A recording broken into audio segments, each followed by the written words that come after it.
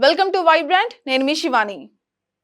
సినిమాలో చేసే క్యారెక్టర్ కి బయట ప్రభాస్ వ్యక్తిత్వానికి అసలు సంబంధమే ఉండదు. అసలు తాను ఇండియాలోనే పెద్ద స్టార్ అనే ఫీలింగ్ కూడా ప్రభాస్ లో మనకి అస్సలు కనిపించదు.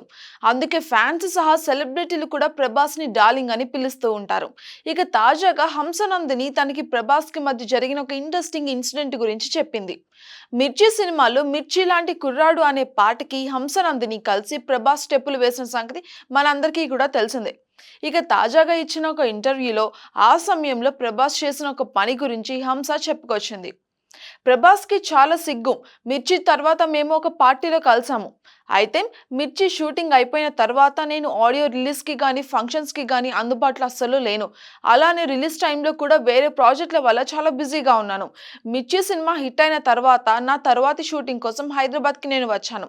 ఇక అప్పుడే ప్రభాస్‌ను పార్టీలో కలిసాను. నీ సాంగ్ పెద్ద హిట్ అయిందని నీకు తెలుసా అని ప్రభాస్ అడిగారు. లేదు నేను సినిమా కూడా చూడలేదు అని చెప్తే, ఇక దీంతో వెంటనే దగ్గరలో ఉన్న థియేటర్‌లో టికెట్ బుక్ చేసి వెంటనే వెళ్లి చూడమని చెప్పారు. పైగా సినిమాలో నా సాంగ్ ఎప్పుడొస్తుందో ఆ టైం కూడా చెప్పారు ప్రభాస్. దీంతో ఆ సాంగ్ వచ్చే సమయంలో థియేటర్‌కి వెళ్లి నేను ఆ సాంగ్‌ని చూశాను. ప్రభాస్ చాలా స్వీట్ అంటూ హంసనందిని చెప్పింది.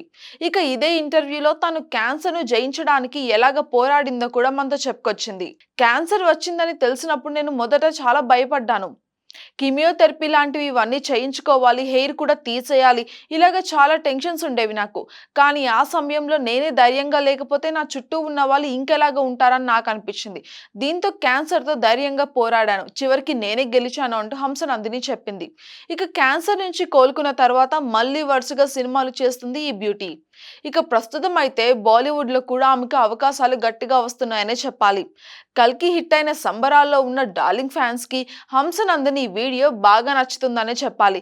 ఇక దీంతో ఈ వీడియోను కూడా వైరల్ చేస్తున్నారు. More updates subscribe to Vibrant.